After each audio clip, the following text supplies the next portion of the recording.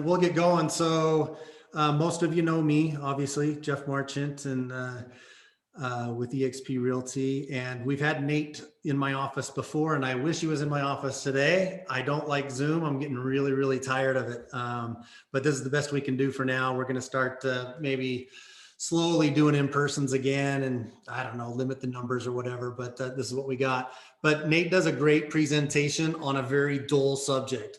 Sorry, Nate, you probably don't think it's dull. I do, but you present it. I think you're entertaining, and you disseminate information in a good way. So I'm super excited to have you back. And yes, I am recording this, and it's one of the reasons why I reached out to Nate, is because I actually had some situations arise where I could have sent a recording of this to a client who had some questions about METH and how that's going to affect their property and whatnot. And I could have just sent them a link to kind of watch this and educate them on that. So reach out to me if this is something you want a copy of. And then Nate, of course, will give you a copy.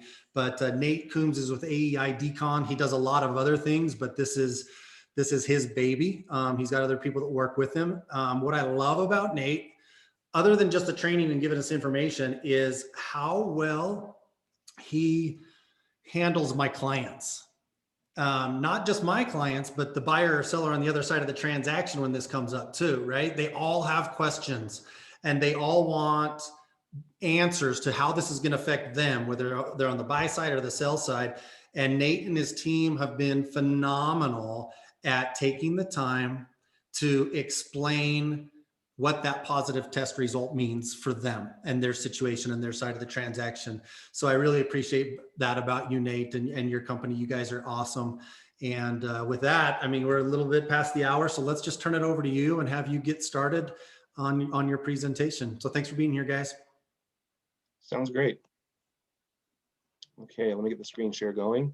Okay, can you see my slides okay? Yes, sir. Perfect. We'll just get rocking and rolling. Let's see, just a minute though first, so I can guess with my screen share on, I'm not seeing the chat as well. So give me just a minute to make sure I can keep an eye on it, get that opened up. Okay, there we go. So now I've got the chat handy and perfect. I can cycle through my slides. All right.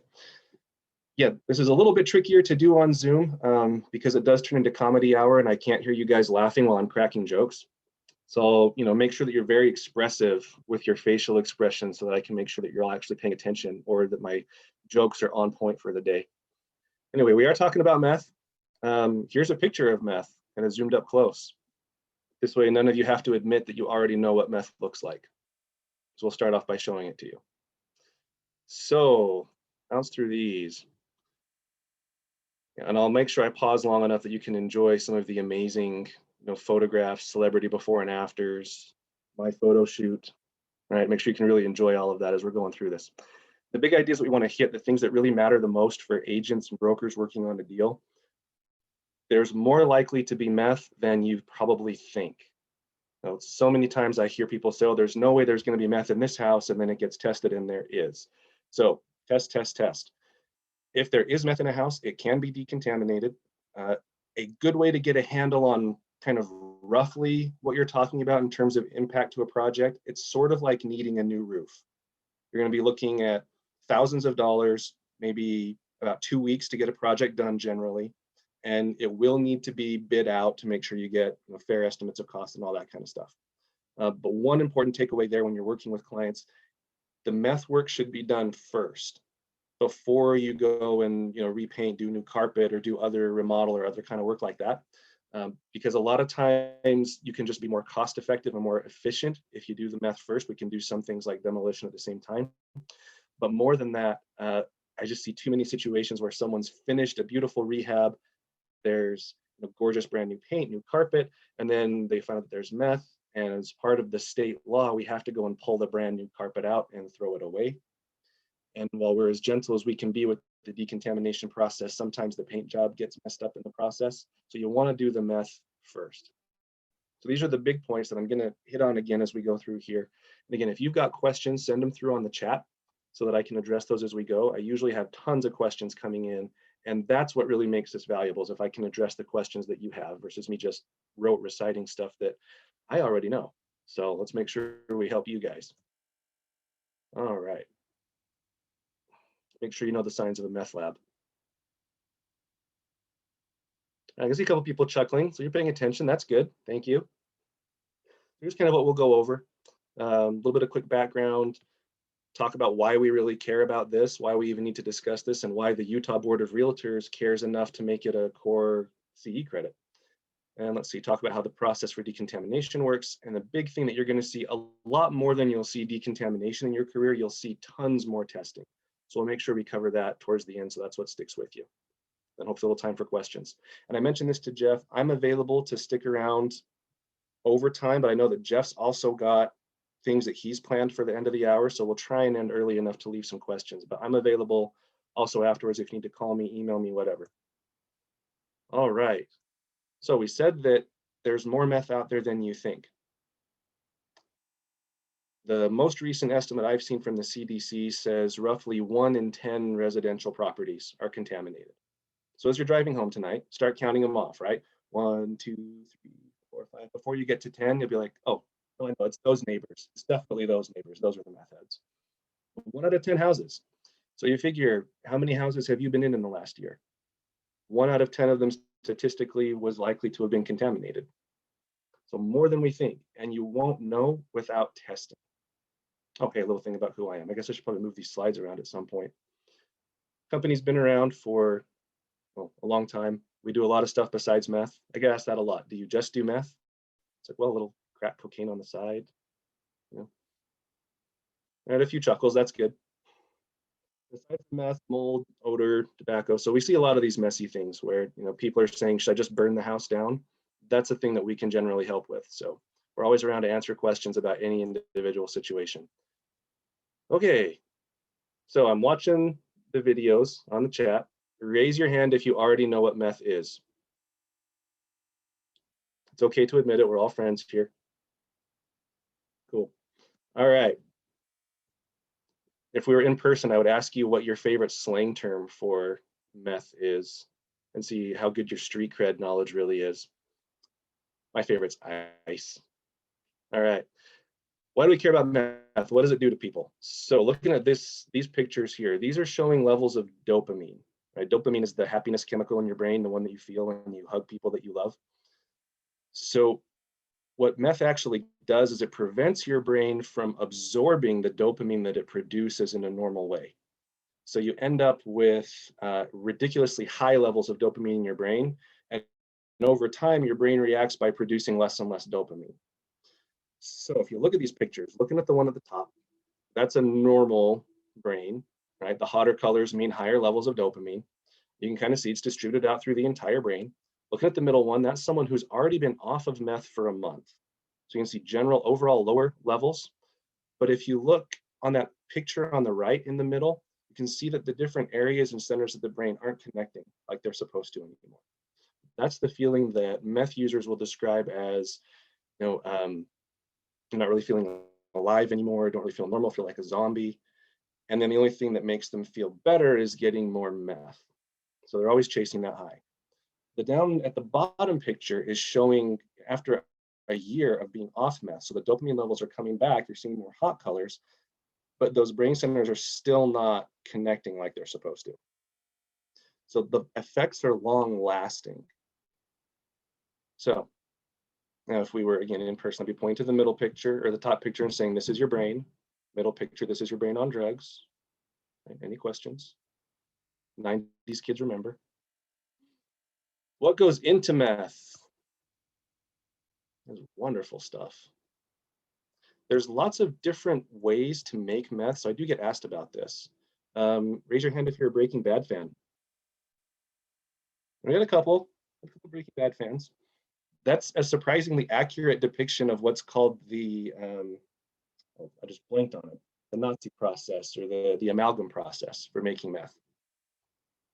Yeah, professionally referred to it as the amalgam process, but the more memorable name is the Nazi process. Anyway, that's the process that uses a lot of ammonia, and it leads to kind of a misconception where people think that meth smells like cat pee. Meth does not actually smell like cat pee, but if you're using ammonia to make meth, well, ammonia is what generates that cat pee smell. The other thing that's really common in meth houses that does smell like cat pee is cat pee. They don't take very good care of their animals. Anyway, if you are going to try and make meth, be sure to put battery fluid in it so you can stop whenever you want. All right. Old school meth lab, literally in an old school. This was a bathroom off of a gym in an old high school. But this is not very common anymore, especially in Utah. You don't see this kind of thing. So we very, very, very rarely see meth labs. I could give you statistics on that, but where there used to be maybe 100+ meth lab busts in a year 10, 15 years ago, you're down to 1 or 2 in a year in Utah. There's almost no meth labs left. What they do instead is this. This is the part where I can see how your careers are really going, because if you hurry up and take a screenshot, I'm going to know that you're looking for alternate methods of raising funds. This is all that you need to make meth. The method is called shake and bake. You put all of these ingredients into a plastic bottle, and then you shake it, and the ingredients mix while you're shaking. And you have to periodically open the lid and let the gases out, or else it explodes. And the chemicals that are being created in this reaction are flammable. So, if it explodes, it also catches on fire. This is a wonderful thing to do on a party on a Saturday night, right? But anyway, you sit there and you shake this up in a bottle, and it makes enough meth to have a few doses and have that Saturday night party. There's a funny story I like to tell here. So those of you who have already heard it, I apologize. I'm still going to tell it again because it's such a good story. There was a guy that got pulled over. It's now been 4 or 5 years ago in a routine traffic stop on I-80 up in Summit County. And the officer was suspicious and had the driver step out of the vehicle, and he's searching the car for drugs. Meanwhile, the driver's standing on the side of the road, and he's got really bad restless leg syndrome, right? He's just shaking his leg, just bouncing his leg really, really fast, because he's got one of these shake and bake bottles in his pocket. And if he stops shaking it, it's going to blow up. But it's going to blow up anyway, because he's got to reach down and undo the lid to let the gases out, and he can't because the cop's right there. So while the cop is searching his car, of course, you got any drugs? No, of course not, officer. Shake, shake, shake, shake, shake, shake, shake, right? The thing blows up, catches on fire. So they bust him, they take him to the hospital, they take him to jail, and it's a real life story of liar, liar, pants on fire. All right. These are the photos that we're probably all kind of seen with meth. Yeah, it gets kind of sad. Be a little bit shorter on time, so I'm not going to tell the really, really sad stories with these pictures. But looking at that middle photo, you can see all those pick marks there. Those are self-inflicted.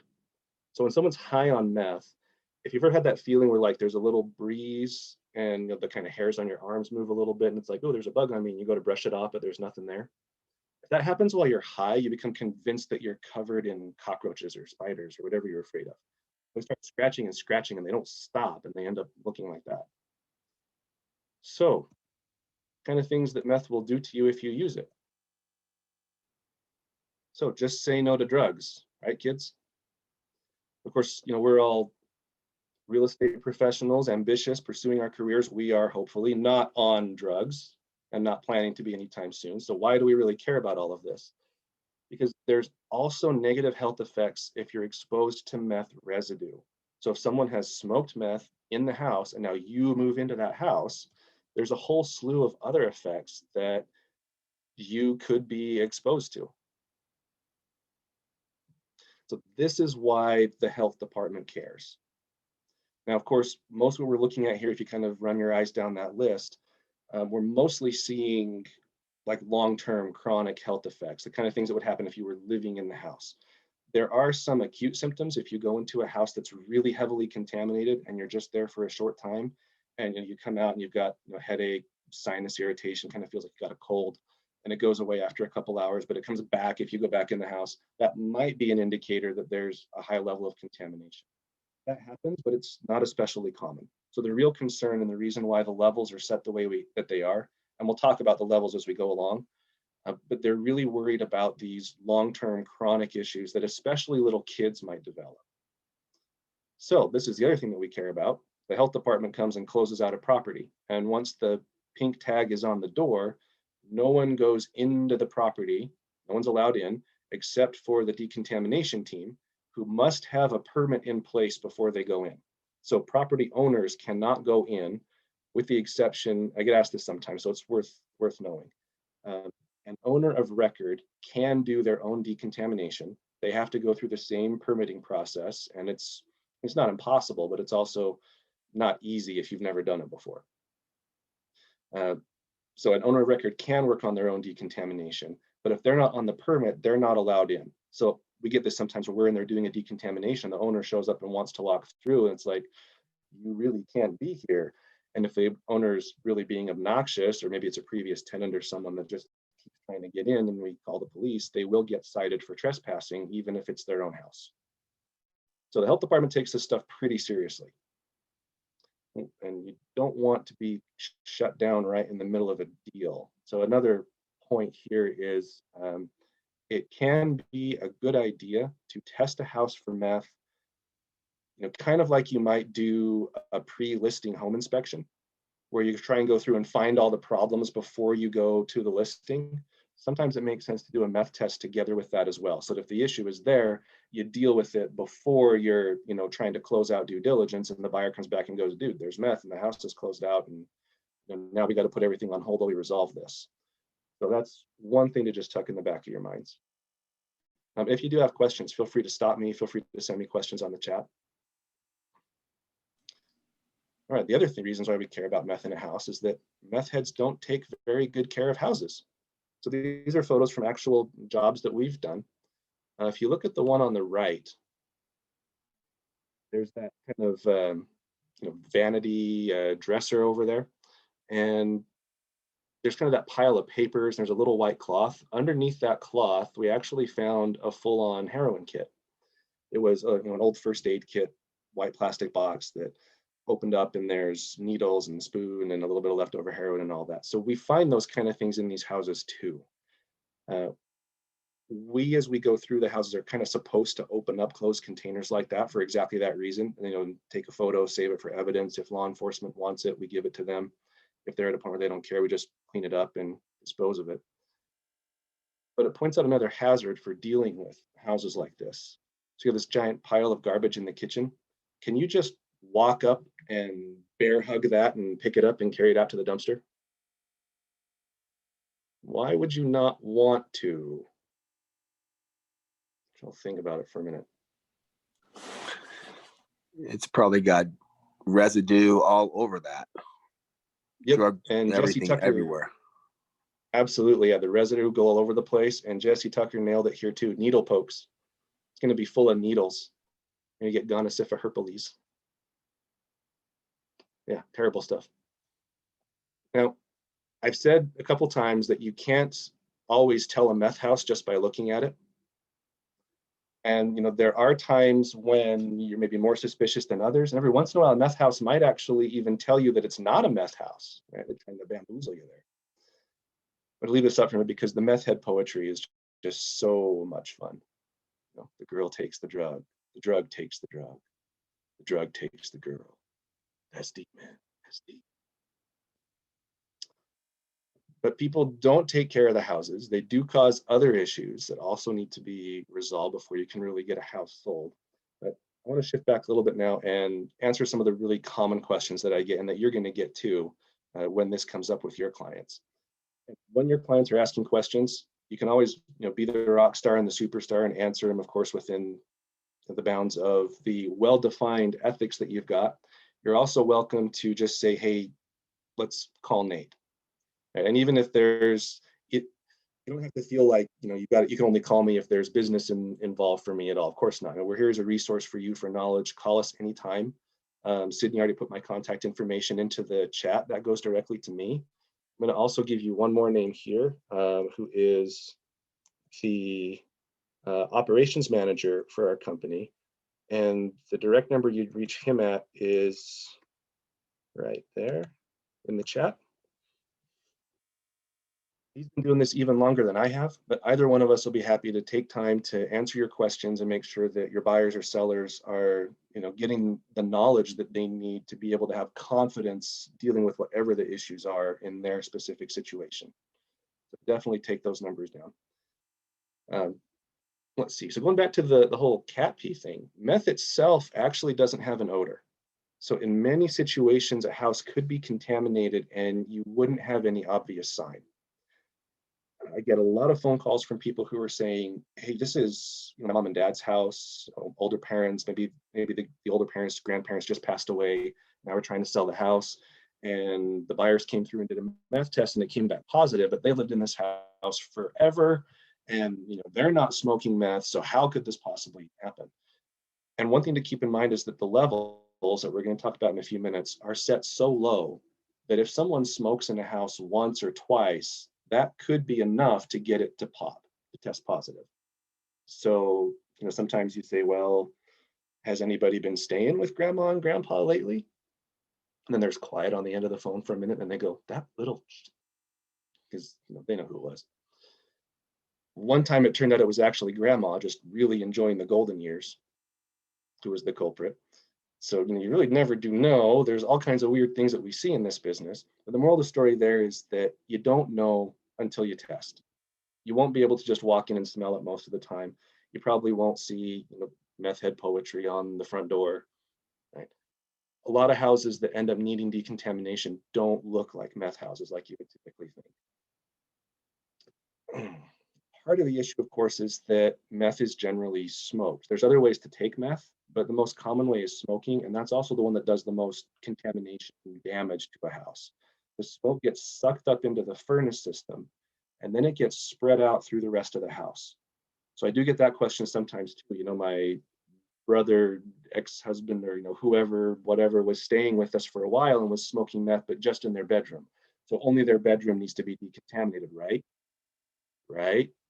I was like, no, you're going to need to at least test all the areas of the house that share an HVAC system. Now, if they were just smoking once or twice in their bedroom, it's quite possible that there really is no contamination anywhere else, but the health department is going to want to know that for sure. Do some actual science, do some testing and see. So in some of those situations, we kind of ask a few more details, try and figure out as much about the situation as we can. And then as we're recommending a path forward, it might be, hey, you're almost certainly going to be contaminated, so any more testing you do is a waste. Let's just jump to decontamination. More commonly, though, in situations where there's questions, we go, well, if we're not really sure what needs to be cleaned up, it makes sense to do a little more testing. And let's figure out a smart testing plan where with the fewest number of test samples possible, so we keep it cheap, we can still learn everything that we need to know to make an intelligent plan for decontamination and clean it up without doing any unnecessary work and spending unnecessary dollars, but get the job done. And those are conversations that I actually kind of enjoy having, because it's not like, we're trying to push someone into something that they don't need to do. It's just saying, let's do the science, let's see the data. The data will tell us what needs to be done. And that's great whether you're on the buyer side or the seller side. And I do have situations, more than once now. It's been a lot of fun actually, where I get a call from someone and I have a long conversation and find out a lot about their situation. They're selling their house, and they give me all the details, and we maybe make a recommendation or an appointment to do an estimate or whatever. And then an hour or so later, I get a call from someone else who says, hey, I'm buying this house and it tested positive, and they give me the details. And after a few minutes, it clicks. This is the same house. And I have now spoken to both the seller and the buyer, without realizing it when you're first starting out. But then I kind of put it together and go, it's very important that I have the same story for everybody. It either needs to be done or it doesn't. The data tells you something or it tells you something else. So that's always the direction that we try to go, just what's really happening here. Let's talk a minute about cleanup. The big things about cleanup to be aware of are, most likely the furniture is all getting thrown away. Not the appliances, but the furniture. So if there's still furniture in a house that's contaminated, it either needs to be cleaned up and tested or thrown away and receipts of that shown to the health department. Most of the time, the cleaning and testing process is cost prohibitive. It's cheaper to just go buy a new table than it is to pay us to clean your table up. But any porous items cannot be decontaminated at all. So mattresses, big fluffy couches, carpets, the other big one, blinds, end up being taken out and thrown away. That's about as far as the actual demolition goes. We don't have to demo down to studs anymore like they did 20 years ago. But the HVAC system gets thoroughly decontaminated, just like we were talking about a second ago. That's where most of the contamination is going to concentrate. and then the hard surfaces in the house, so wall, ceiling, floor, cupboard, cabinet, countertop, I'll get multiple treatments depending on the level with the decontamination detergent. And a single treatment is you apply the detergent, then you agitate it with scrubbing pads to push it into the paint or whatever the substrate is, overspray it to get to solution, and then let it sit. And that's one treatment. And state law says you have to do a minimum of 3 treatments on any decontamination project. But sometimes higher levels call for a little bit more. Then we'll do a rinse to get the detergent out, and then we're done. So let's see, kind of like we talked about, sort of like doing a new roof, except we take a little bit longer. Roofers are usually done in about a week, but we're more like about 2 weeks. The first week we're doing the actual work, then we do the testing, and the test results take 4 business days to come back from the lab. If you're taking notes, that's probably a good thing to write down. You're going to get asked about that. Test results, pretty much everybody, home inspectors, all of the meth decontaminators in the state all use the same lab, ALS Labs in Taylorsville. Their standard turnaround time is 4 business days. They can return a meth sample in 1 business day, but it costs more. So you'll often see home inspectors that are doing just a single sample to see if there's an issue or not. They'll do the 1-day rush because it's $45 a sample and they're only doing 1 sample, so why not pay the extra money?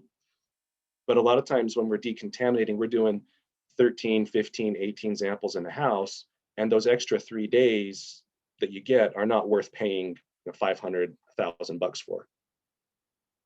Anyway, most decontamination projects we do seem to cost right around $5,000 plus or minus. We get a few that go up as high as 8. We get some that we're out of for 3,500 or 4 grand, but those are less common. So that's a good range to keep in mind. There's kind of 4,000 to 8,000.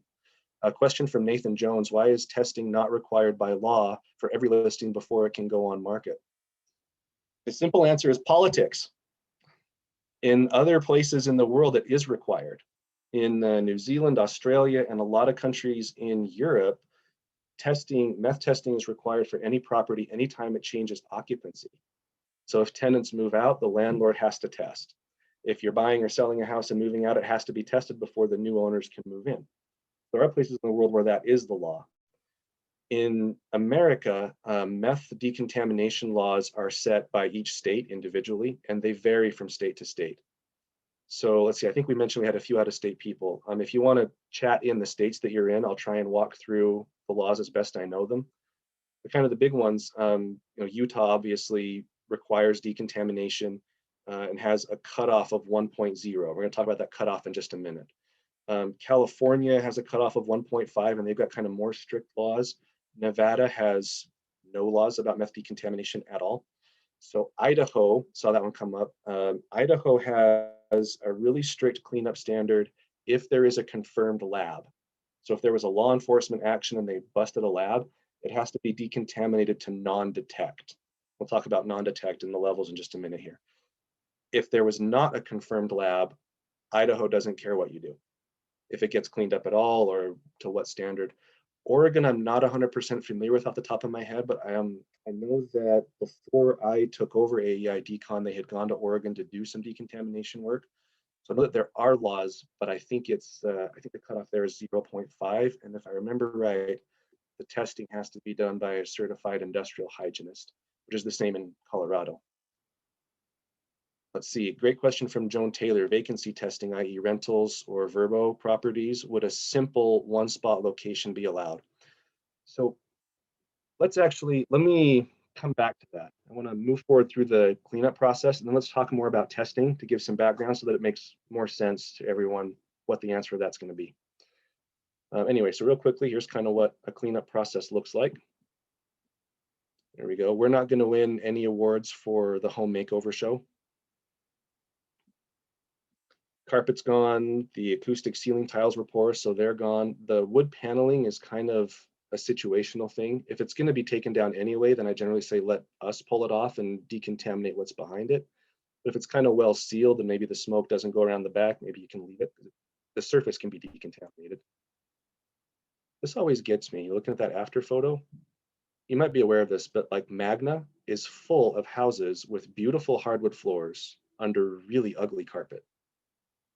We keep finding them.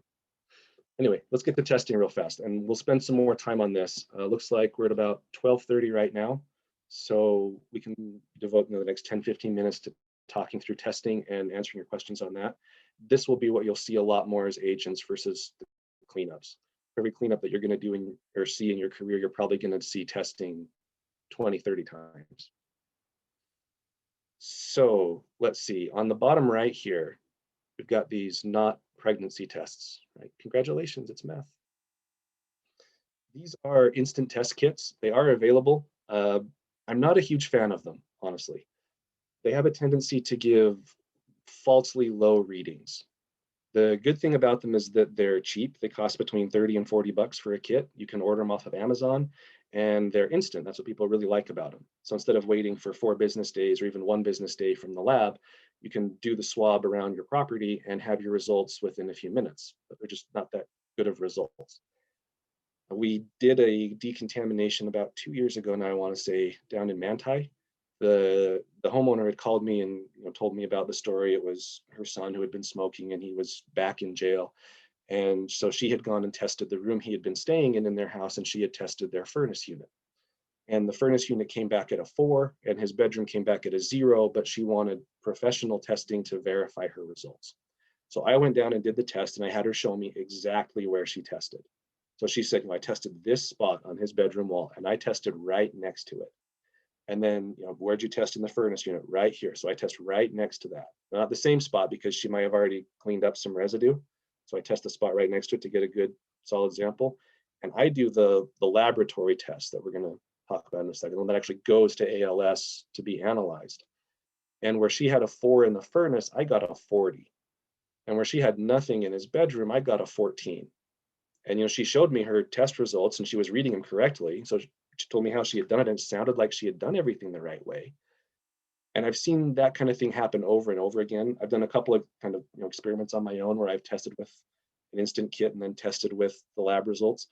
The lab results are just so much more accurate. So really steer towards people who are doing the lab testing. So going back to Joan's question here, a simple 1-spot location. You can see on the left, the gentleman there is holding that cardboard square in one hand, and he's got the swab in the other hand that he's using to swab the area covered by the square. So the square is an area, a spot, right? The swab is the sample.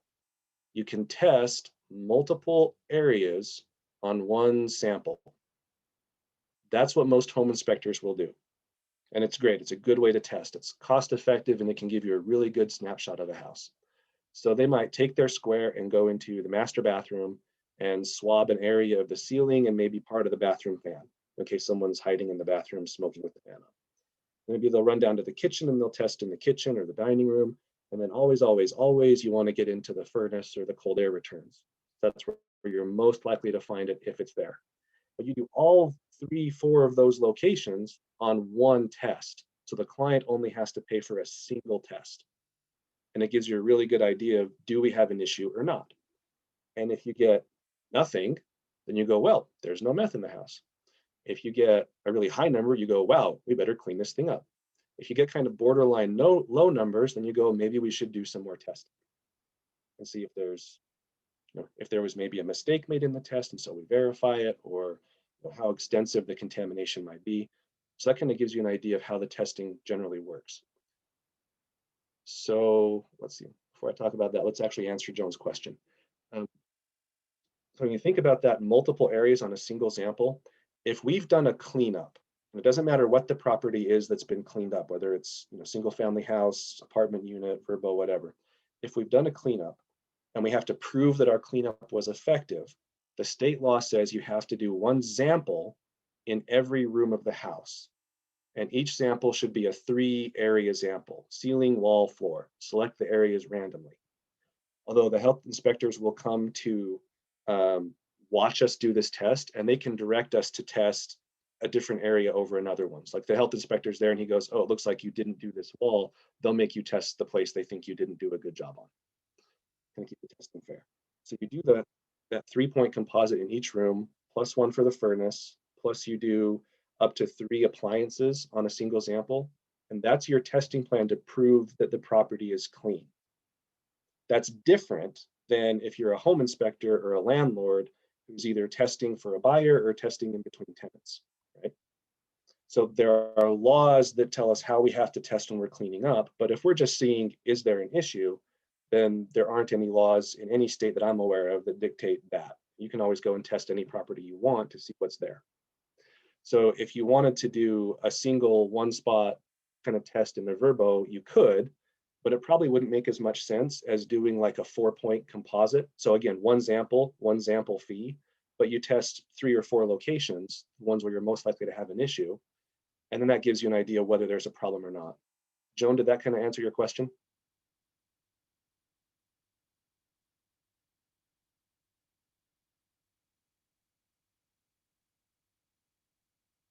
All right, you are welcome. Okay, and then Nathan Jones, your question, how much does it dissipate over a decade? I have found lots of conflicting science on this. The short answer is not very much. Estimates for the half-life of meth, if you're in like an indoor dry environment with no sunlight, so like inside a furnace, I've seen estimates as high as 250 years for the half-life of meth. I've seen them as low as about 5 years in those conditions. Outdoors in the sunshine, the UV light, and the rain, there's actual pretty decent study that was done by the California Department of Health on that. The half-life ranges between 6 months to a year in outdoor conditions. So again, the one we really care about though is inside a house. What's in the furnace? Nate, when you're saying 250 years, are you? I said 250 years for the half-life. Oh, okay. So if we go out and test it today and it's a 10, our great, that's enough grades, grandchildren might test it and get a 5. Okay. But there's conflicting science on that. It may not be that long, but kind of the takeaway there though is if you find meth while you're buying a house, the time to clean it up is now, not before you go live in it for 10 years and then try to sell it. Right. It's probably still going to be there when you go to sell it. And the other important takeaway there is that phone call that I get where someone goes, I have no idea how this meth could have got here. And this might be surprising, but this can be an issue that causes tension between buyer and seller sometimes, where the seller's going, we didn't smoke, there's no way that there could be meth in this house. And the buyer's accusing us of doing drugs so they can get a better deal on our house. And this scientific fact says there's a very possible chance that the contamination occurred before the current owners bought the house. Oh, someone's got, Troy, you've got the worst meth story. Should we take a minute and listen to it? Go ahead, Troy. Nothing like selling a house where your amazing buyers were all on the same page when we approached it from the standpoint that we knew that meth had been cooked in the garage, air quotes, and the client was still willing to pursue that. And have I still got you guys? Am I losing you? Good, go ahead. Am I coming through okay? So long story short,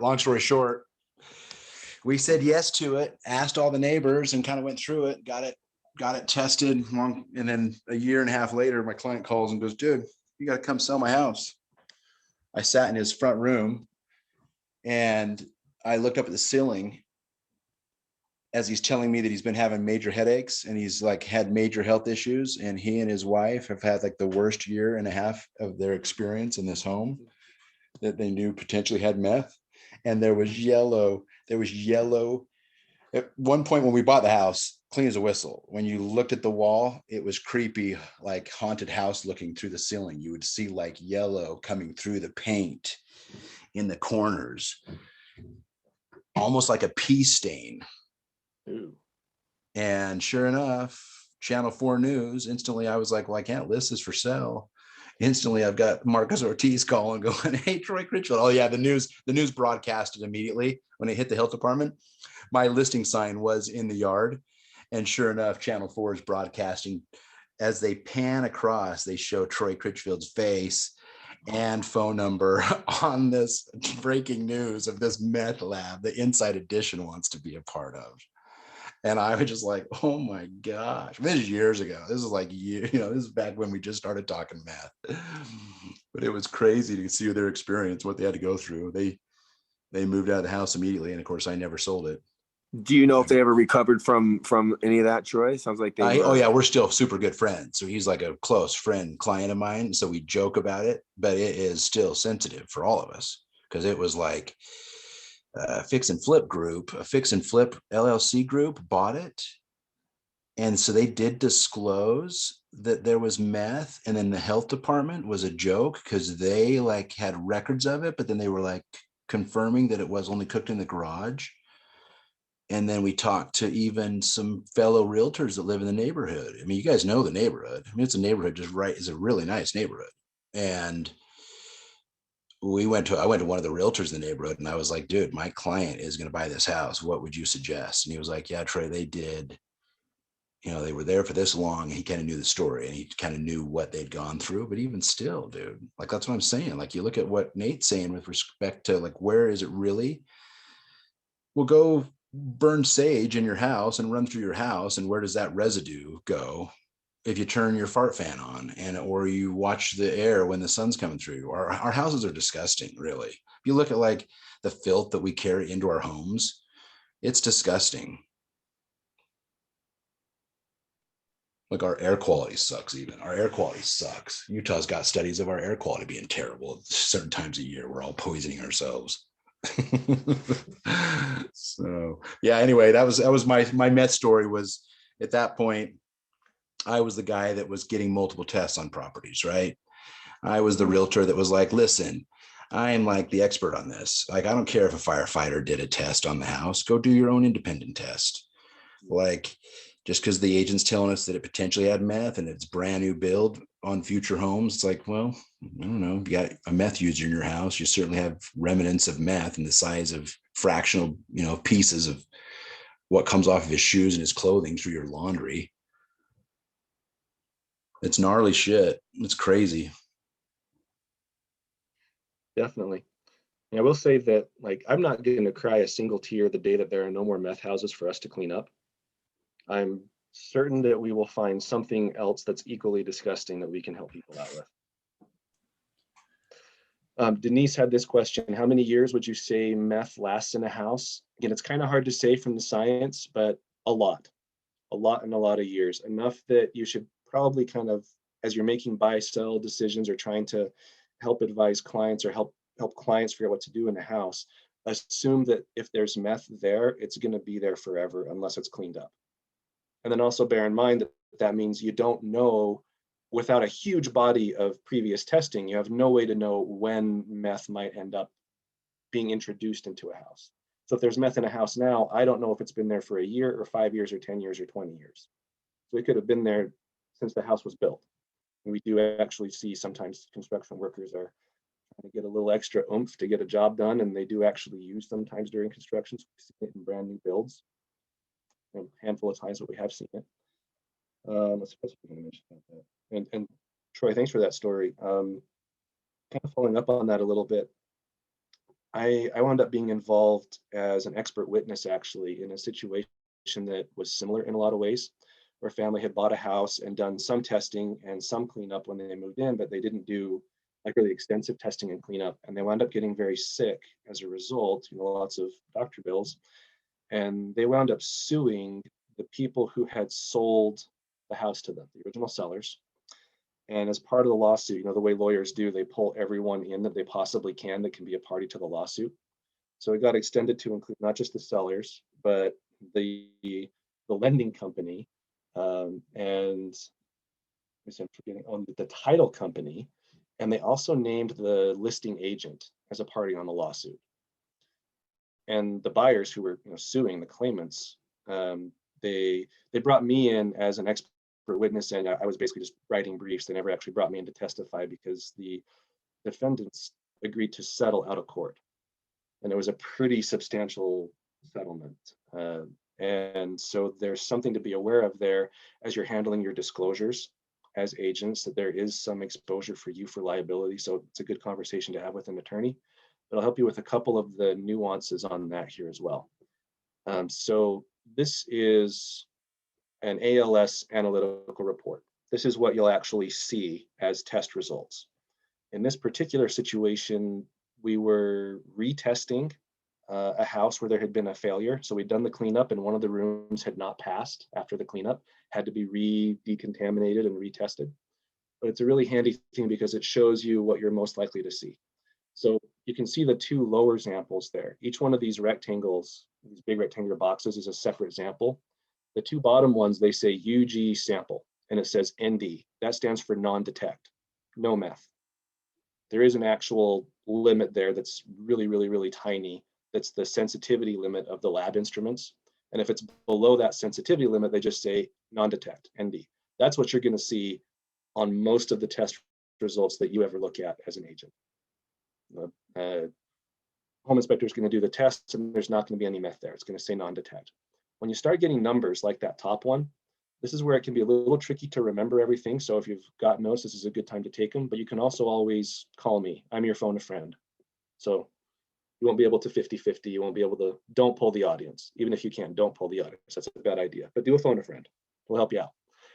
The state cutoff in Utah, like I said, is 1.0. And actually, let me go ahead and bounce forward and kind of explain what that means. Yeah, 1.0 micrograms per 100 centimeters squared. Now, I have an engineering degree, and 1.0 micrograms per 100 centimeters squared makes my brain hurt, which is why I'm not an engineer anymore, maybe. But anyway, to kind of help that make a little bit more sense, if you took a regular aspirin pill and crushed it up into powder, and kind of picture how much that is in your hand, and spread that evenly on a football field, it comes out to just under 1 microgram per 100 centimeters squared. 1 microgram of aspirin per 100 square centimeters of football field. That's the safe limit in Utah. In California, it's a little higher, it's 1.5. In Colorado, it's a little lower, it's 0.5. Each state gets to set their own limit. In Nevada, it's a free-for-all. In Idaho, like we were saying before, if there was a confirmed lab, you have to decontaminate the whole property to non-detect. Now, non-detect does actually have a number. It's 0.1, so it's 1/10 of the Utah state level, or it's the aspirin on 10 football fields. That's non-detect. That gives you an idea of the kind of levels that we're talking about. So going back to those test results. So 1.0 is contaminated. 1.0 and above is contaminated. 1.0 and below is not contaminated. Let's talk through a couple of scenarios you're likely to run into. Is the 1.0 the first number or the second number on these test results? That's a little bit tough. If I'm doing a cleanup, it's the second number. The second number has to pass below 1.0.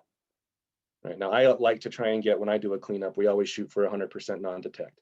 And we can guarantee that, but there's an extra fee if you want 100% non-detect. It's not usually necessary. Right? If the room's past the state levels, the state's good with it, so should be fine.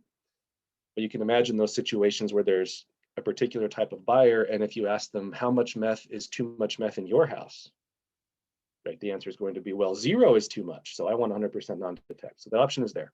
But if we're doing like a home inspector test and I see a 1.5 on the first number, then we start talking through options of maybe we just need to decontaminate the furnace, maybe we need to do some additional testing, what makes sense in this particular project, and there's going to be a whole bunch of other questions there. So if I'm giving you way too much info and it's too hard to keep it all in mind because you guys have so much else that you need to know as realtors, it blows my mind how much you guys have to know. The only thing you really need to remember right now is if there's numbers, I should call someone and ask what they mean. And I'm a good someone to call, right? If there's no numbers, if it's ND, there's no meth, and we're good to go. Then we can help you figure out what steps actually make sense. So going back to that situation though, where maybe there's a positive test result, people will say all the time, I got a positive test result. And I will say, okay, what were your numbers? And they will say 0.2. Okay, it's below 1, but it's a positive test result. Now what do we do? In that situation, you guys will probably identify with this. If you're in a business where you have clients, if you actually have clients as opposed to customers, then you're a part-time therapist, like it or not. If you have clients, you're a part-time therapist. So kind of switching to therapist mode there and find out, now we're just dealing with the buyers and sellers' emotions of the situation. Legally, state law, science is telling me it's below 1, the property is safe, doesn't need decontamination. But are the buyers willing to buy it in this case? Are the sellers willing to cover costs of cleanup and what level of cleanup is really necessary. In those kind of situations, we usually go back to either more testing needs to be done to verify this result and figure out where the contamination is, or if any decontamination is really necessary, the only thing that would make sense would be to decontaminate the furnace and HVAC system.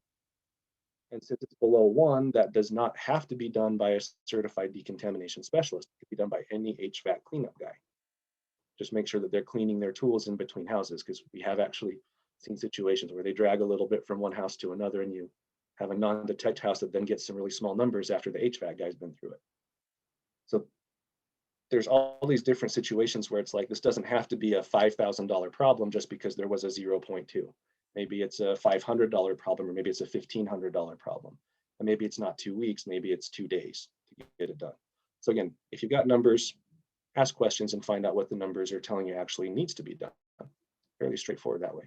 I'm going to scroll ahead. If you've got questions on that, this is a good time to either unmute and ask them or send them to me on the chat. Hey, Nate, I've got something I want you to expound on a little bit more. I know the answer to this, but can you speak a little bit to, on an occupied home, the difference between having a home inspector do the test versus a cleanup company like you doing the test, and what that means with the county? Awesome. Thank you. Yeah. Thanks for making sure I didn't miss that point. That matters. So the house is occupied. If you have a certified decontamination specialist do the test, now that's me, it's Eric, it's our competitors. To do cleanups, you have to be certified in Utah as a certified decontamination specialist. Other states, some states have certifications they require as well, but you need the certification to do the cleanup. And part of that certification says that if I do a test and I get numbers above 1, I have to turn my test into the health department within 5 business days. And they're going to receive that test, and then they're going to come out and put that pink placard on the door and kick out anybody who's living there. You can probably imagine a lot of deal scenarios where that would be disruptive. Maybe we're kicking out tenants when we've got a landlord who's trying to sell to an investor. Right? We can see a lot of situations where that can be a problem. We still want to do the right thing. We want to find out if there's meth. We want to clean it up if it's there, but maybe we want to do it on our timetable and in a way that gives the tenants or occupants time to move out and deal with things in a little bit more reasonable way. So that's where the home inspector comes in. Home inspectors, with I think maybe one exception in Utah that I know of, but home inspectors are generally not certified decontamination specialists. They don't have the same requirement to turn their results in, but most of them know how to do the test, at least as well as I do. And it's not rocket science, but where we'd have an unlimited budget and no timelines, but it's not that hard to learn how to do it. So most home inspectors can do a good, competent test. They tend to bulldog a little bit where they maybe test a bigger area than necessary kind of thing. But honestly, I'm kind of a fan of that. They're more likely to find it if it's there. So you can have a home inspector do the test and get results that are just as valid and usable as far as making a cleanup plan, but that don't have to be turned in to the county health department. So that's a good nuance to be aware of. A certified decontamination specialist, a cleanup guy like me, is going to have to turn test results in. A home inspector won't. And if you call me and say, we want you to come and do a test, I will ask you if the house is occupied. And if it is, we will have this conversation about whether it's better to use a home inspector. Well, let's see, a couple questions. In case I missed it, do you recommend a specific equipment to use before we find out and have to call you? Scroll up, I lost who that was. That was Denise. Denise, what kind of equipment do you mean there? Like a particular type of testing that you want to do?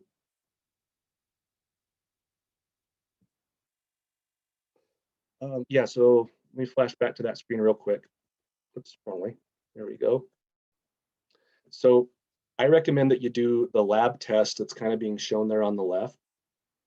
And this is what most home inspectors will do. You go to ALS Environmental and you get a kit that they give you that has the swab and the methanol, and you go out and you use that swab and then you turn it into the lab, and the lab does the analysis to tell you what your meth levels are. That's the test I recommend, whether it's a home inspector or a CDS who's doing it. If you look on the bottom right of this slide, those are the instant tests. I don't recommend those. They tend not to give as accurate of a result. So if someone comes to me and says I have a positive on an instant test, I will immediately want to retest with the lab test. Even if someone says they have a negative on an instant test, I also immediately want to retest because there's a good chance it's a false negative. And then Nathan Jones asked, will insurance help pay for temporary housing cleanup, all of that? Generally, no. I've seen one exception where a lady was able to get her insurance to pay. Most insurance companies have an out where they don't pay for results of illegal activity. So if drug use is illegal activity, they won't cover it. Or they won't pay because it's the responsibility of the owners. No one accidentally smokes meth. So you're responsible not only for what you do, but for the people that you invite into your house do. So the insurance companies usually get out of it, but I have seen one or two exceptions, especially when it's been a landlord with a landlord insurance policy and it was the tenant who smoked and the landlord was able to get a claim. And I've seen an exception where there were other issues with the house that were covered as vandalism. And those issues could not be repaired until the meth was cleaned up. The repair guys won't go do the drywall until the meth is gone because they know it's not safe. So if the insurance company is going to cover the drywall, now they have to cover the meth. Hopefully that kind of makes sense. Hey, and Denise, let me just add one more thing to what Nate said about the testing kits. Highly recommended you have a home inspector do those tests for you. They know the correct locations to test, even though there are in-home and do-it-yourself testing kits. You want to make sure those right areas are hit, like by the intake vents and stuff like that. Agreed. Yeah, the only hard part about doing the test is knowing where to test. Yep. I think we're just about done. So some more pictures of where to test inside the cold air return. That one on the right is the cold air return right next to the Nate, place. I was going to ask you, do they test the do they test up in the attic as well? Because sometimes there's venting going in the attic. Do they ever test the attic? Good question. The Utah state law talks about a living space. So Okay. if the attic is not finished, if there's insulation and all that, then it's probably not a living space and doesn't need to be tested. But if it's like, a loft conversion and someone is staying up there and you got furniture and things, then it's going to need to be tested. So it's a little bit subjective, but that's how they go off of that. Okay. And some the attic is finished and half of it isn't, and it's still a living space. And no, not to beat a dead horse, but so if there's not living space, but say because there is some attics that they get airflow from the attic right into the homes as well. I've seen it. So that's my main concern. I was just wondering if that, because they do get airflow from the attic, so to speak, as well. So just curious. But that's the other situation where it would be concerning. I mean, those are even more rare, but you do see those, like you say. And so yeah, if there's air circulating from an attic into the house, and there's a concern that the attic may have become contaminated, like maybe the teenagers are hiding up there to smoke or whatever, then yeah, the health department would want to see the attic cleaned up and decontaminated and tested. And let's see, Nathan Jones' question: what if the home was just painted? This kind of goes back to the beginning. Do the meth cleanup before you paint, if at all possible. But if we're testing a house, say as a home inspector, and there's a brand new rehab, you can still get an accurate test even through the new paint. And again, bear in mind that, like, looking at this where to test, you're not going to paint the inside of a cold air return most of the time. I have seen situations where someone knows that a house is going to get tested and they maybe know a little about testing. So I get down and I open up the furnace or the cold air return and I can see that they've like wiped it and cleaned it all. But people's arms are only so long. So there's a spot where they're always going to have missed. And a smart tester will be able to find the spot that didn't get cleaned and test that to get an accurate result. Now, if there's no spots left in the house that didn't get cleaned, then maybe they cleaned up the meth and we're all okay with that. We'll still test it anyway and see if they left anything behind. But most folks trying to hide meth contamination are not doing a very thorough job. Yeah, if it's painted, the other thing about a house that's painted, if you follow the state standard for testing and you use the right testing method, the methanol is actually able to pull meth residue through layers of paint. So you can actually dissolve what's down in lower levels of paint and pull that out and be able to still collect that sample. There's really good data on that. I mean, aside from anecdotal experience of every tester that I know, but the California Department of Health did a study and proved that. And it was actually kind of cool. Well, I thought it was, but I'm kind of nerdy about this stuff. All right, here's the pop quiz. Which one of these houses is a meth house? Can all feel the trick question could coming be on, all right? of them. It could All be of them. Are you sure it's not that bottom right Rose Park special? That one looks more likely. Yeah, these are That- all That top middle looks real nice, though. I almost said not that one. Just kidding. bottom right. If any, there we go. All good answers coming in. These are all properties that at some point we had to decontaminate. So just saying, you really never know just by looking. All right, more of a problem than you might think. Do the testing. If there is an issue, it can be cleaned up. It's kind of like a new roof, a couple of weeks, a few $1,000s, especially if you do the METH cleanup before the other work on the house, so that we don't pull out brand new carpet or destroy a paint job.